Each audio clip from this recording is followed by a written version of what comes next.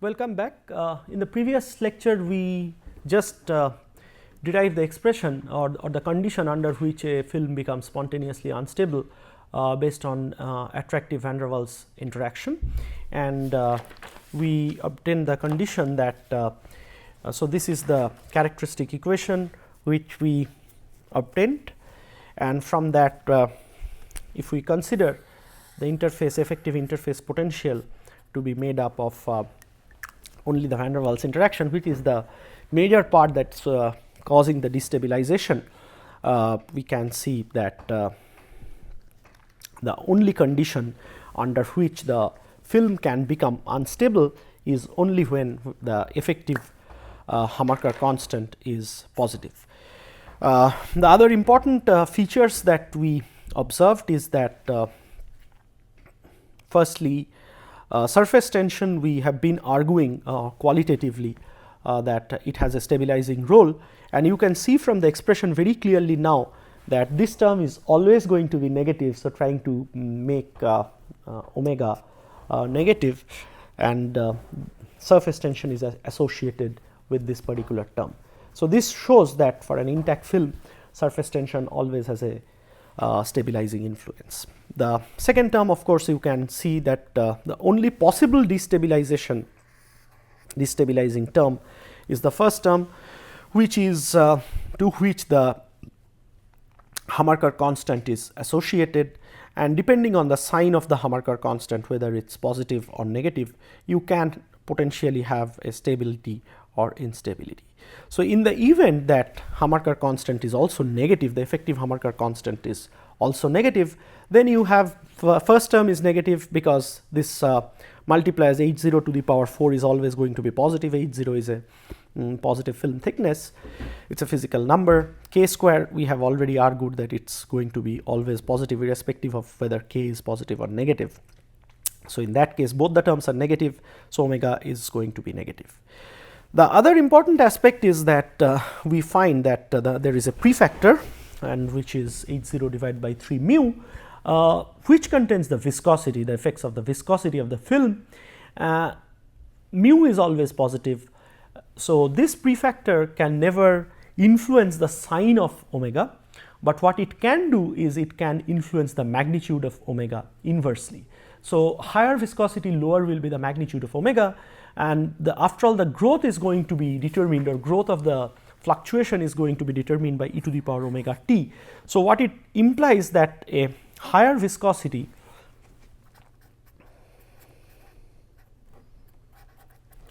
will lead to a reduced omega. So, the growth of the instability will be sluggish. Therefore, viscosity cannot influence the stabilization or the stability of a system, but it can affect the dynamics, the evolution dynamics of the system. The other interesting thing to note is that even if you have A to be positive, the powers of the exponents of k associated to these two terms are going to be are anyway different, or in other words, even if A is positive and this term is numerically higher than this term, that also is a function of k.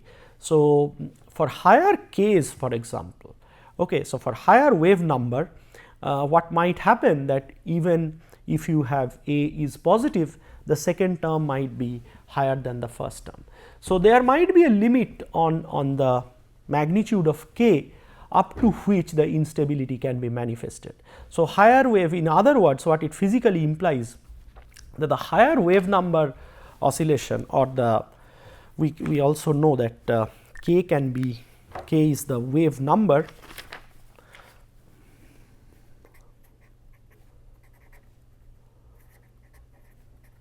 and it is correlated to the wavelength as 2 pi by lambda. So, in other words, that higher wave numbers or the lower wavelength oscillations sort of fail to destabilize a film. The other important thing that we just started to talk is that you can find out the k which sort of exhibits the fastest growing mode by differentiating or setting del omega del k is equal to 0, So, what we have, this is the expression of omega. So, if you set del omega del k, the expression of del omega del k, what you get is a divided by pi h 0 to the power 4 minus 4 gamma k cube a into k. So, once you set this to 0, you get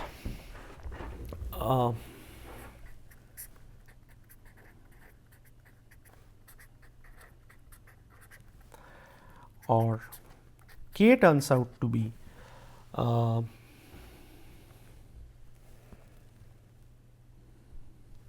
and if you look carefully, this particular term one can write, okay, and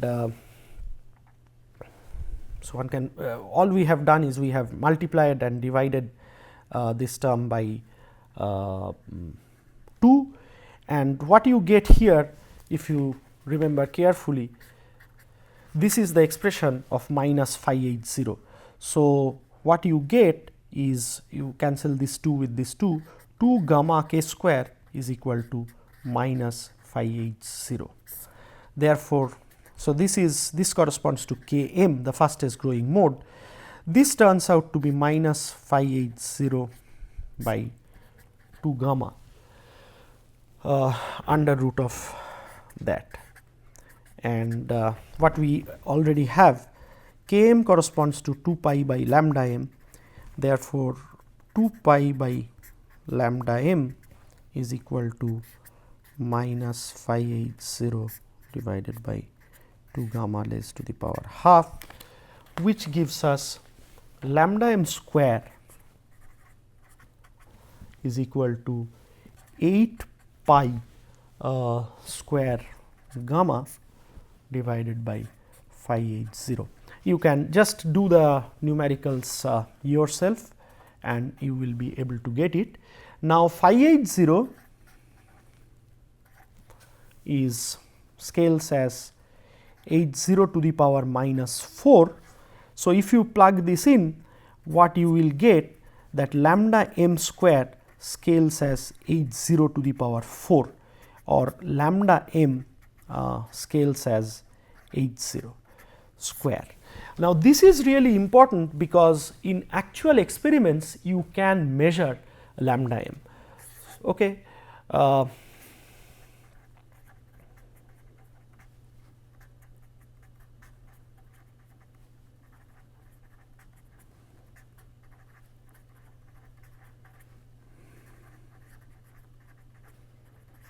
And therefore, you can correlate it to the, and you know the film thickness. Okay. So, you can from experimental condition generate a plot versus h for h versus lambda, and in cases where you find that the scaling on a, if you plot on a log plot and you find that in your experimental value a lambda is close to h square, then in a circuitous way sort of you conclude that, well, my interfacial instability or the film instability has been triggered by attractive van der Waals interaction. So, this is the standard practice. One can get the expressions for number density of the holes also. So, you have an unit area over which the number density is, let us scales as lambda to the power minus 2, and therefore, number density typically scales with the film thickness as h to the power minus 4. One can also get the short time scale for rupture or the appearance of the instability, and the expression of which is given as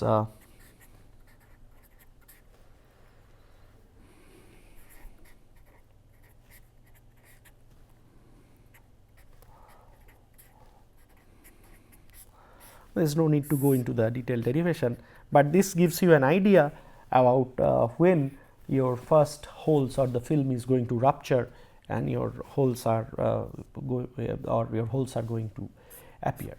So, that sort of gives us a very rudimentary type of a theoretical understanding about the physics that governs the thin film instability.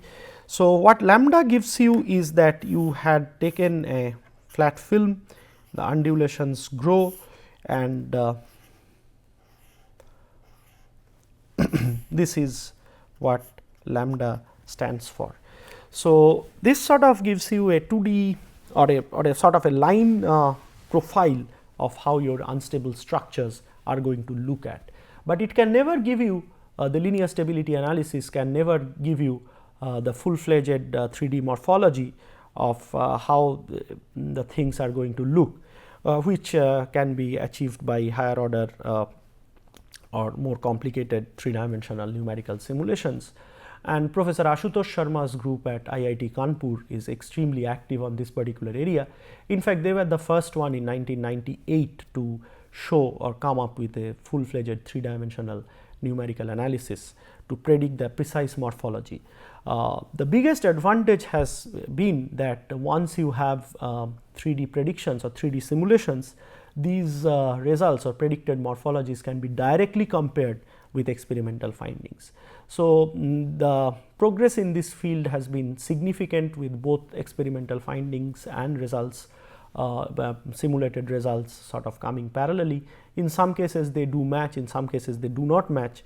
Of course, one has to understand that whatever refined simulations you do, the interactions or the other forces you have sort of predefined. So, if there are any other force fields or factors that remains sort of unaccounted for in the simulation, and based on inputs from both simulation as well as from experiments, there had been significant development in the whole field.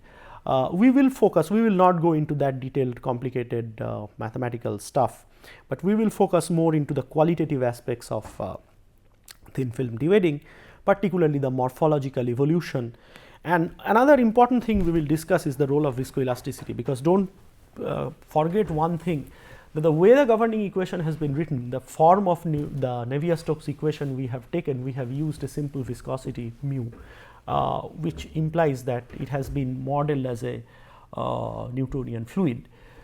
But we are telling that, we are repeatedly saying that we are looking at the instability of polymer thin films, so which have long chain molecules, and often there is significant viscoelasticity of these molecules.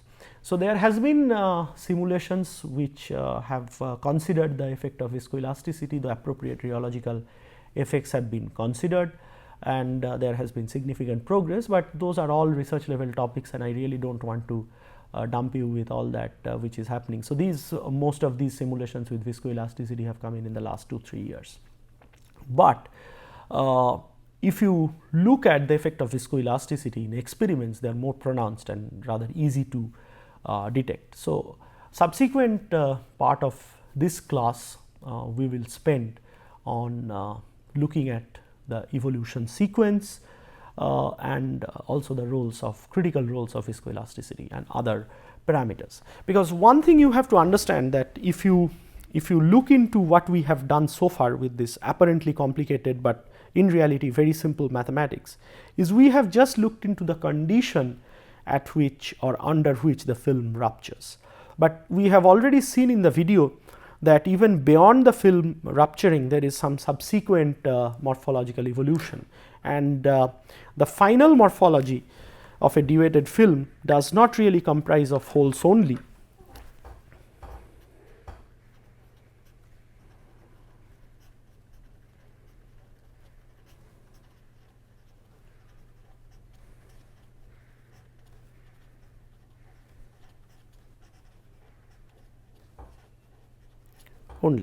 But we have seen that in many cases it forms droplets.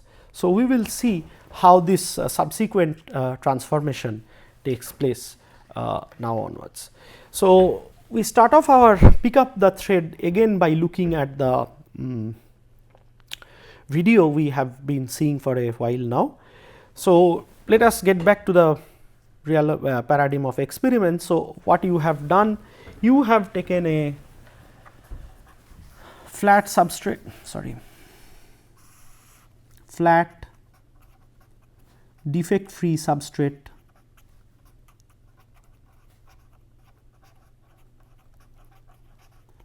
onto which you have coated your thin film.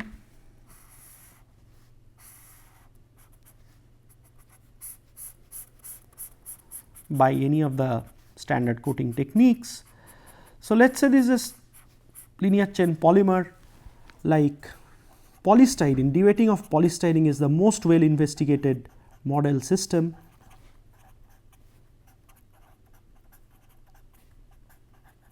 It is very easy to get. Other polymers which have been very well investigated are PMMA, but there are whole lot of polymers, functional polymers, conducting polymers with which dewetting has been studied.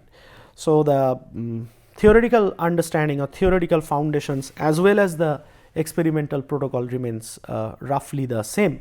So, we will discuss, let us say we just coat a polymer film, and all we have to do, if the polymer has a glass transition temperature which is higher than the room temperature, we typically have to heat it up beyond its glass transition temperature, or we can also expose it to its solvent vapor. So, we have discussed briefly what happens. Very simply put, at room temperature this type of a polymer is in an amorphous form. So, by increasing the temperature to T greater than Tg, all what we do is that we reduce the viscosity, and now we have these interfacial interactions. So, these interfacial interactions are now able to deform the liquefied film with reduced viscosity. And so, what you see here is in real time that the holes appear. So, you now understand the physics which governs the hole to appear.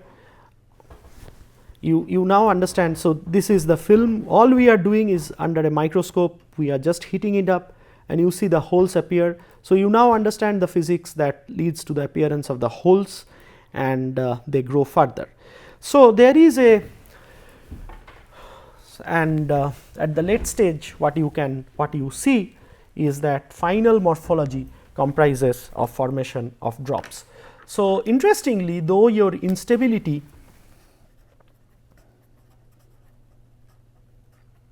is manifested with the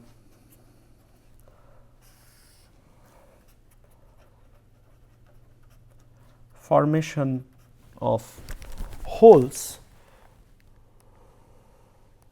instability is manifested with the formation of holes. The complete dewetting sequence has a few subsequent steps. So, let us write down, it is written here, these are the different sequences. So, first, even before the formation of the holes, we have the surface undulations or the fluctuations, we now understand that. Then is the hole formation, and we understand briefly what happens.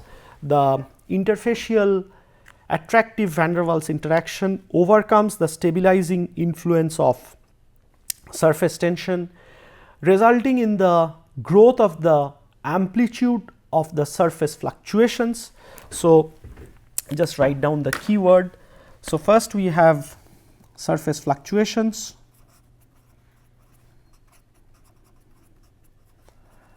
in the theoretical domain this fluctuation is through the perturbation function, in the practical domain this fluctuation is associated to the molecular level fluctuation. Okay. So, you have these surface fluctuations, hole formation occurs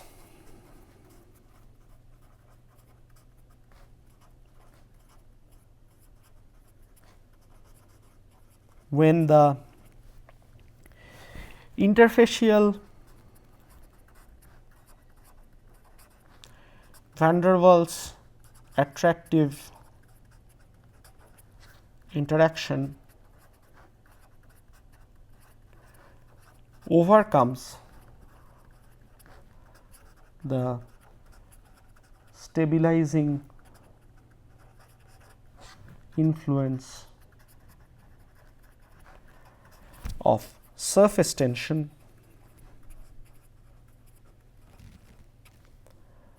resulting in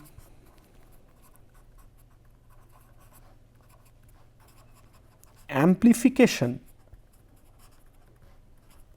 this is important. So, if the interfacial van der Waals interaction overcomes the stabilizing influence of surface tension, what it actually does? It actually amplifies the fluctuation, amplifies the or increases, results in increasing the amplitude of the surface undulations. So, now you can compare mathematically also. So, what does this thing mean? Interfacial van der Waals interaction overcomes the stabilizing influence of surface tension. That is, in the characteristic equation, now the first term is positive and is higher than the second term. Okay. And amplitude of the undulations, so resulting in increased amplitude of the undulations. So, that is the case when omega is greater than 0 and the film ruptures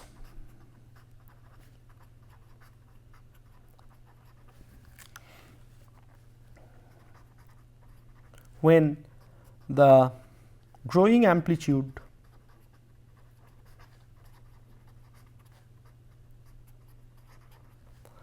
matches or equals growing amplitude of the fluctuations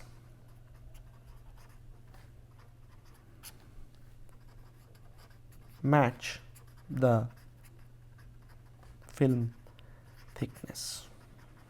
Okay.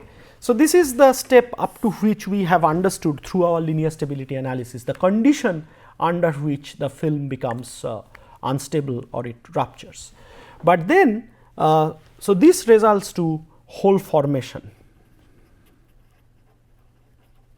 Okay. Beyond this, you have seen in the video that there is growth of holes. So, we will let us write down nicely the different steps. So, first you have undulations, growth of the undulations,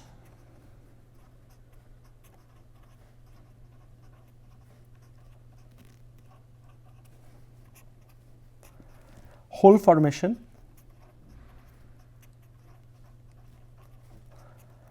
we will discuss now that hole formation is associated with the concurrent formation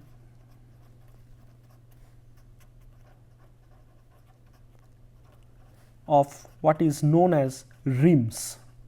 This is a very important aspect of polymer thin film dewetting, formation of rims, then hole growth, hole coalescence,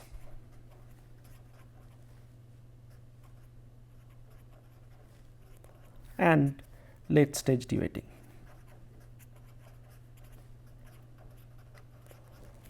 Where sometimes one can see some coarsening effects also. So, this is in a nutshell. If you now agree to this sequence and look back to this video again, this is it. So, you can't track the fluctuation stage under an optical microscope. You are looking from the stage of hole formation. So, now you are looking at hole growth, okay, hole growth, and this tiny black spots what you see here in the micrograph, these are the rims. We will come to what those rims are. And then beyond hole growth, we have the hole coalescence, which is clearer from this particular video at the late stage. So, this is what we call about the late stage dewetting, where the coalesced holes or the rims sort of break down into droplets due to Rayleigh instability. So, we mark it as, let us say, formation of droplets. Okay. So, important thing is the formation of rims. So, what happens is two things are important. Firstly, so let us note down, before the film ruptures, surface tension opposes the growth of the holes. We all understand that, and that is also evident in your characteristic equation. Surface tension opposes the growth of the hole. Now, firstly, let us talk about rim formation. So, what happens is you had an intact polymer here and a hole has formed. So, considering the fact that polymer cannot evaporate because it has got very high vapor pressure. So, if the formation of a hole essentially means that the material from this particular zone has to be physically dislodged. So, this material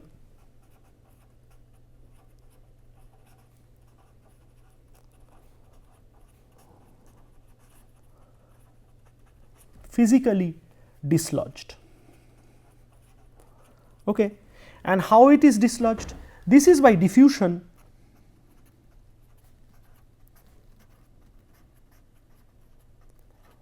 of the polymer molecules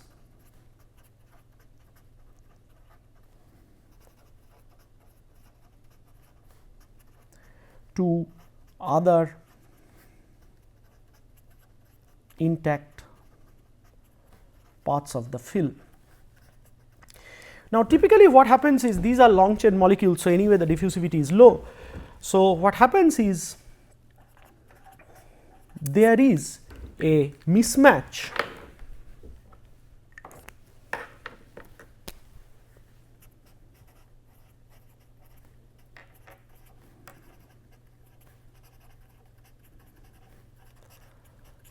at the rates at which polymer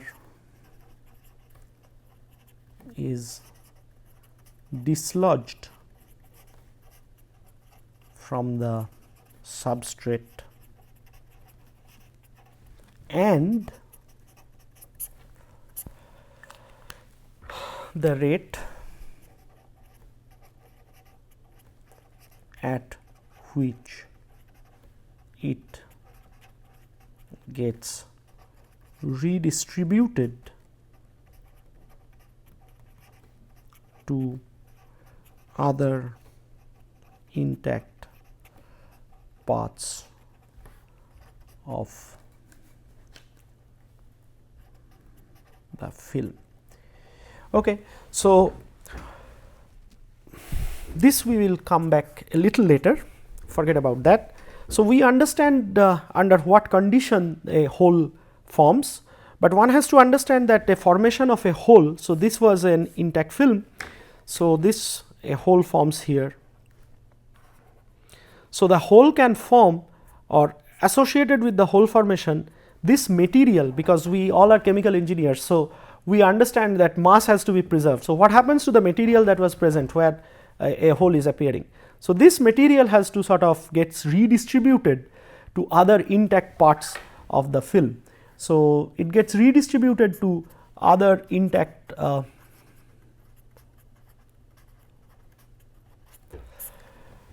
the film by diffusion, which is a slower process. So, there is a mismatch at the rates at which the polymer is dislodged from the substrate and at which it gets redistributed to other intact areas. So, this eventually results in the formation of a zone like this, which is higher than the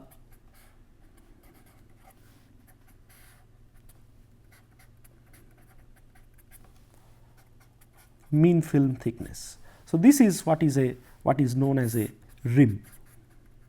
So, this is a hole and with the formation of a rim. So, in the stages of dewetting, we talk that concurrent formation of rims. So, here the rims appear. Okay. Now, the other important thing is that during hole growth,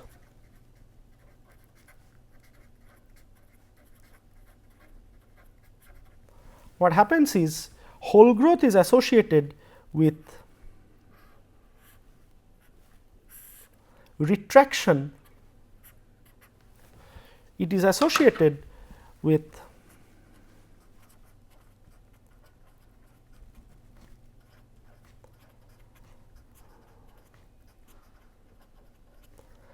3 phase contact line on the solid surface like this. So, if this was the initial configuration at or t equal to t 0, this is t equal to t 1, the next one. And what is the driving force for this growth? So, the driving force for this growth, let us draw it once more.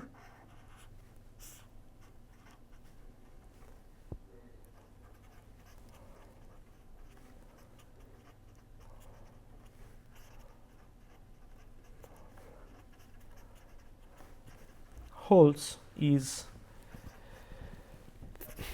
theta I, the intrinsic contact angle is not equal to the equilibrium contact angle theta E. Okay. So, what is theta E? Theta E is the equilibrium contact angle made by the polymer on the substrate, and as the intrinsic contact angle still does not match the equilibrium contact angle, therefore, there is retraction, and we have already talked that this dynamics continues up to the stage when theta I becomes equal to theta E. Therefore, what is providing the driving force, or what force is providing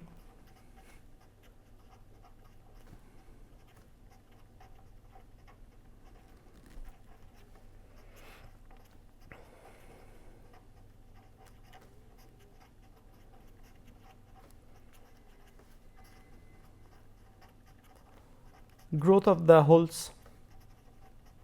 This is a very important question, and the answer is equally exciting. The answer is surface tension.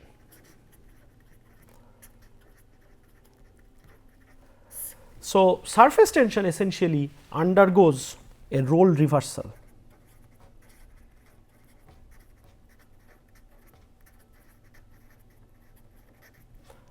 Before and after the rupture of the film. So, till the film has ruptured,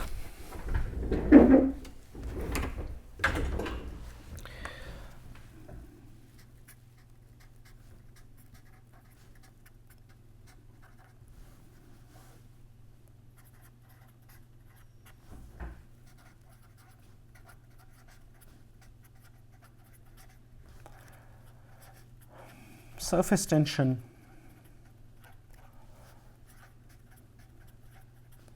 opposes its growth, and once ruptured,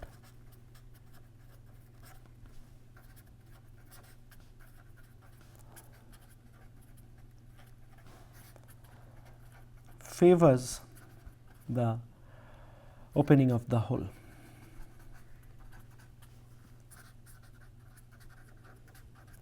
Okay. So, this is something that we have already talked about. It's essentially, this is an atomic force microscope image which shows the clear formation of these rims or the polymer rich zones. So, as we have already talked that these rims form due to a mismatch in the rates at which polymer is dislodged from the surface and redistributed to other intact parts of the film. The shape of a rim contains significant information about the forces that are dominating. So, this we will talk in detail, the shape of a rim. It is another very interesting aspect of polymer thin film dewetting.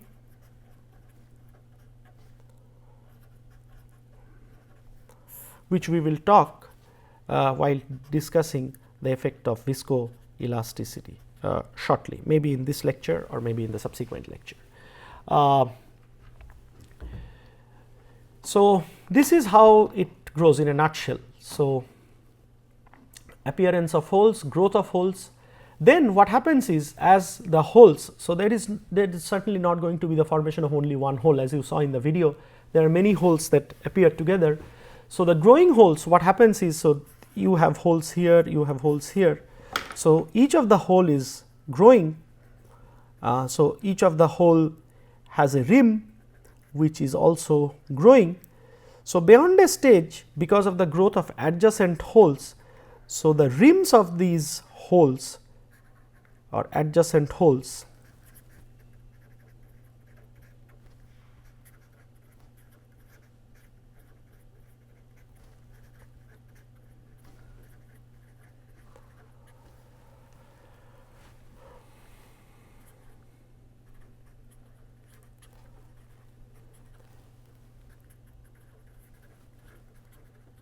Okay, the other thing that you may understand, so you have a system where you see a whole lot of holes.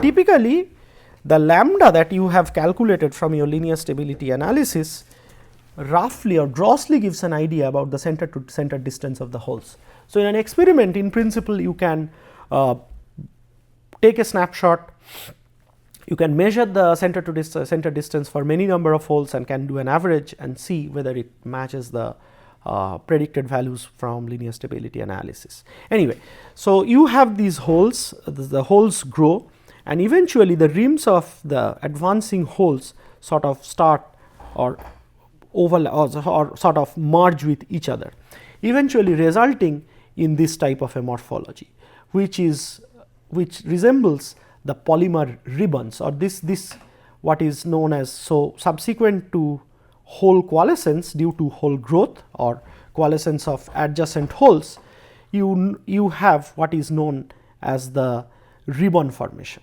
So, these are long but pretty high isolated polymer threads, okay?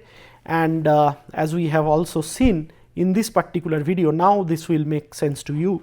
So, at the late stage you have these ribbons which are forming, and these ribbons or these polymer threads break down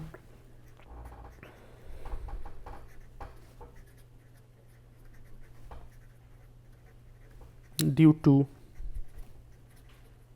Rayleigh instability.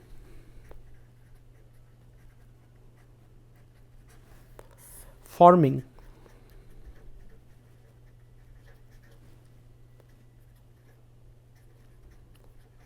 isolated polymer droplets.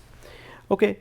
So, this is what you see is the polymer ribbons, and then these ribbons break down into droplets which can be arranged along the threads of the ribbons, or there can be a morphology where the droplets can be completely random, which is associated to what is known as the fingering instability,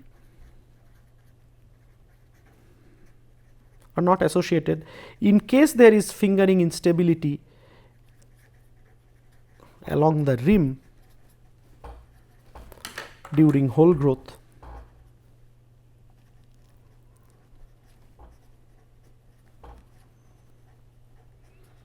then one gets a completely random array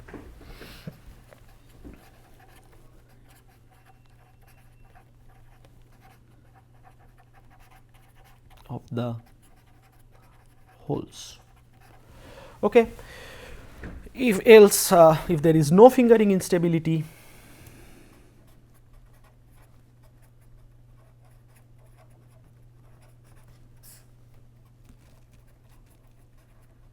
we will see what is fingering instability in greater detail. Then typically the holes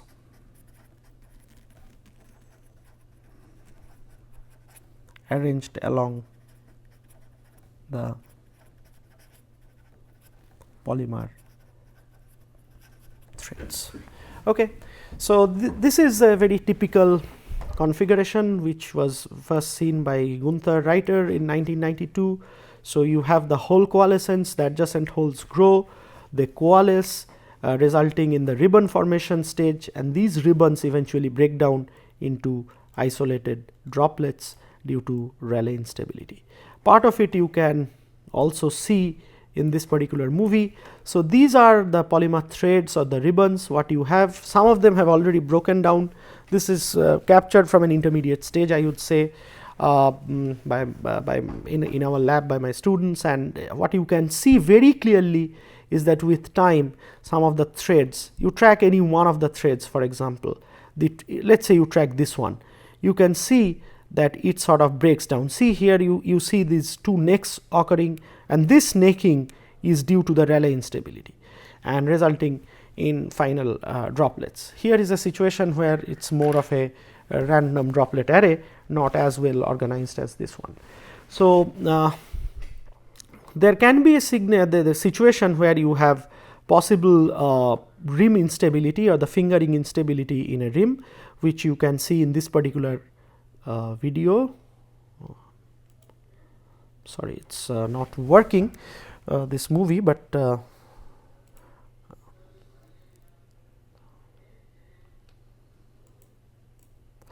okay. So, let me just show you the movie.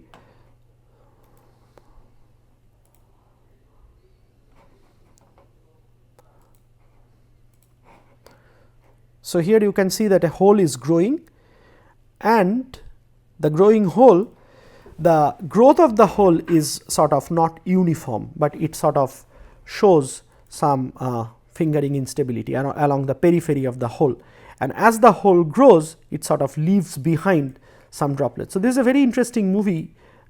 You can see that here you see at the early stages the holes are growing.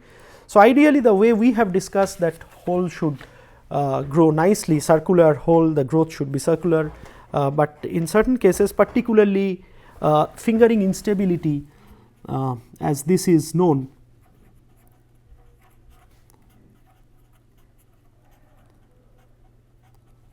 or often it is also called the rim instability,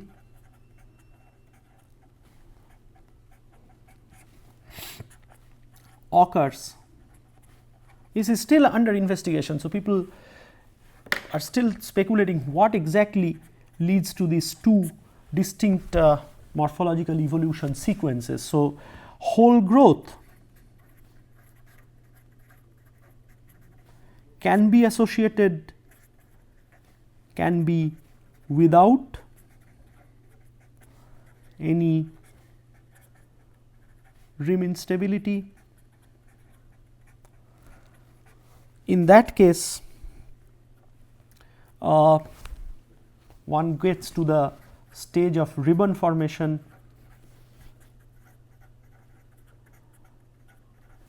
and final morphology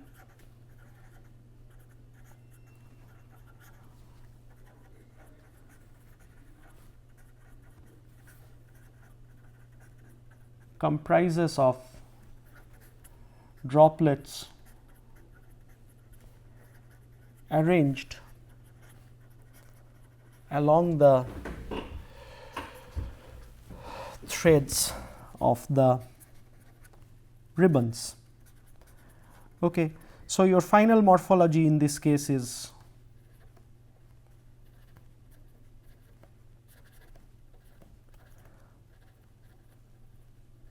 something like this.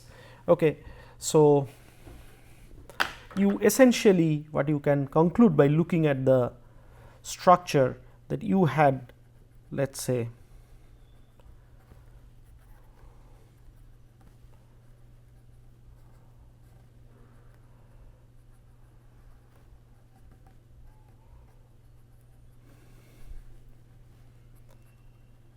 some threads like this, and which has sort of broken due to the in plane Rayleigh instability forming droplets. Okay.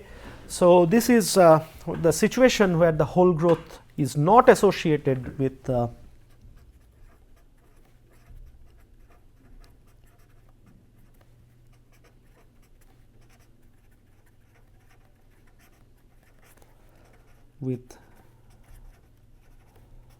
rim instability. In contrast, when you have rim instability, so this is the first possible route, this is the second possible route. So, this route is observed more in case of thinner films on lower molecular weight polymers. So, particularly on the other route with where you have rim instability, the hole growth itself, there are some undulating fingers in a growing hole, and these eventually rupture, detach from the retracting meniscus. So, finally, what you get is a completely random array of droplets. Okay. So, let us have a look at the video again. So, here you see a very clear contact line. You can see from the height difference that you have the rim formation, and see these are the droplets which are the fingering instability. So, that breaks into the droplets, and you see that the overall morphology comprises of a completely random array of droplets, no threads, nothing. Okay.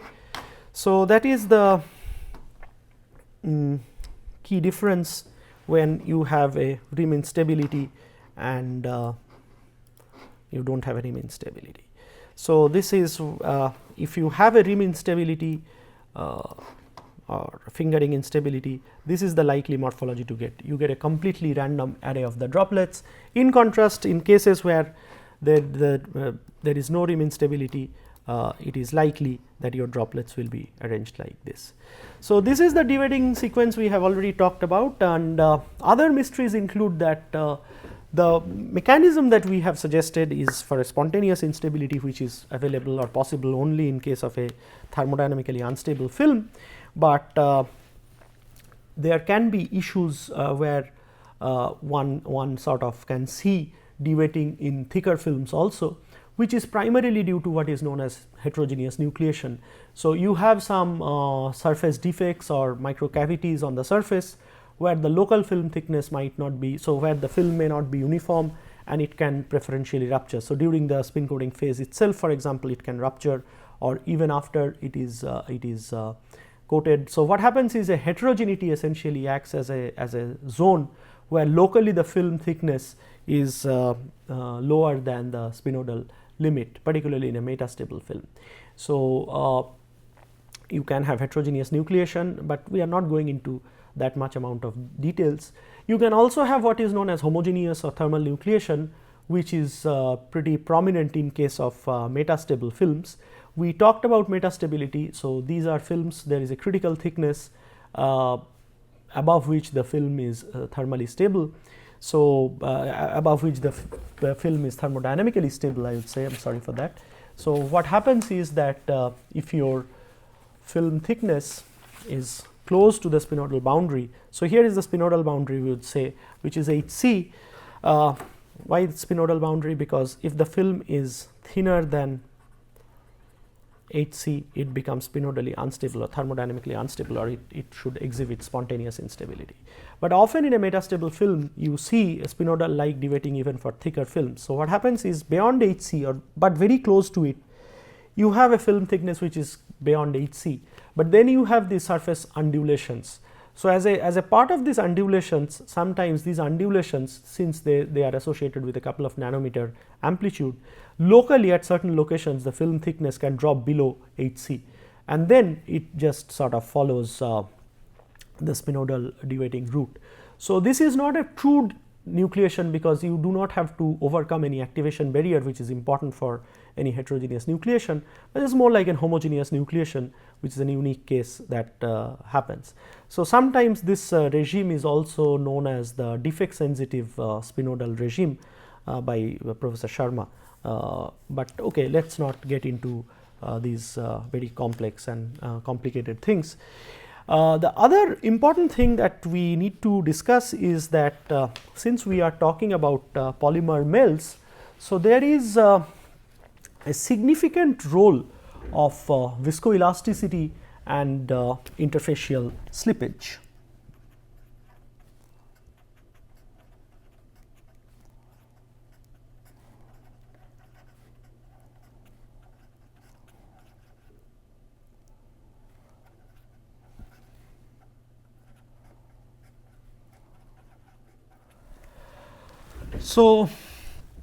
So, thin films of long chain polymers typically exhibit significant viscoelasticity as well as finite slippage. On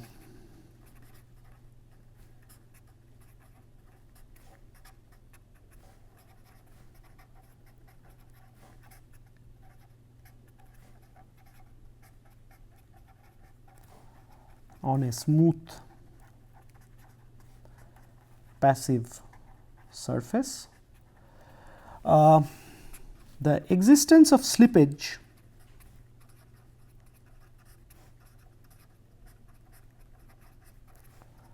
is attributed to adsorption of molecules, or I will say preferential adsorption of molecules at the solid surface,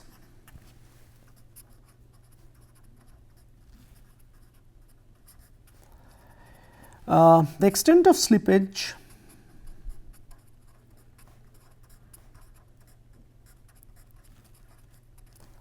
is characterized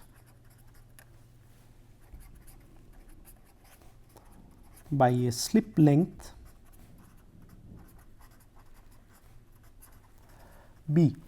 Now, going back to a fluid mechanics concept, so this is what is a no slip boundary condition, okay, where at x equal to 0, u is equal to 0. This is what is your slip boundary condition.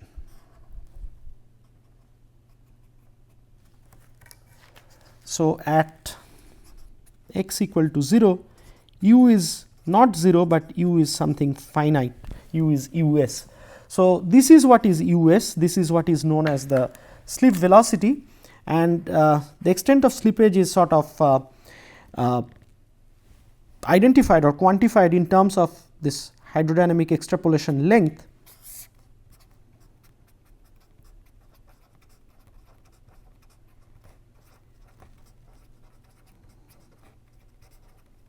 B.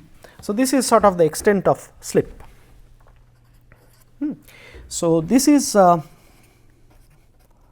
am sure in your fluid dynamics you have come across this term, this slip boundary condition, and which is a consequence of interfacial slippage, what we are discussing now. And one must also understand that no slip boundary condition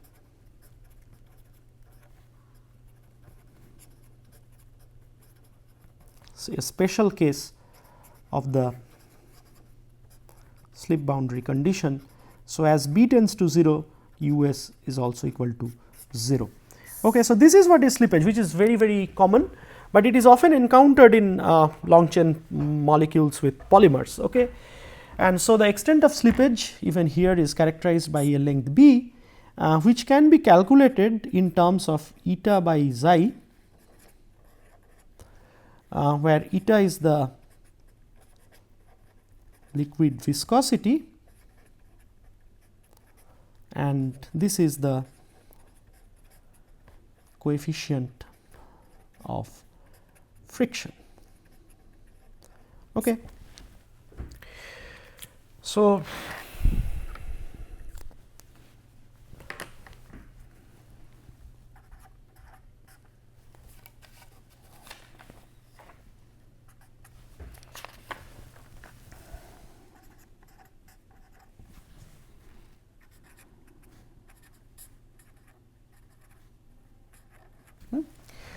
what happens is when with increase in shear strain,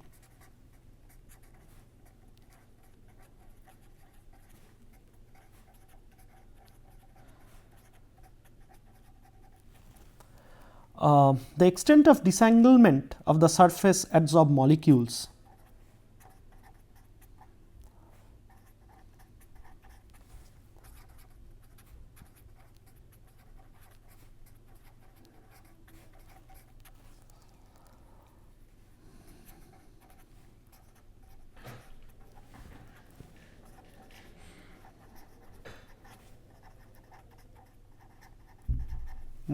decrease increases, and this in turn. So, what happens is you have a surface to which these polymer molecules are adsorbed, as we have already discussed that this is attributed to the adsorption of the molecules. So, these are long chain molecules and they are in an entangled state.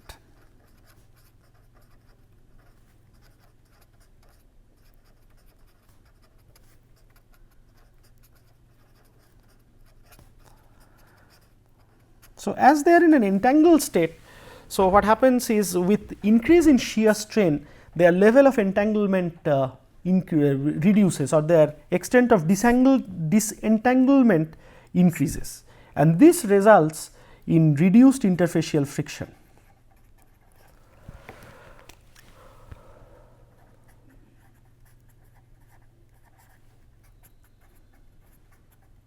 Okay. And therefore, since the coefficient of friction is at the denominator, therefore, what happens is this increases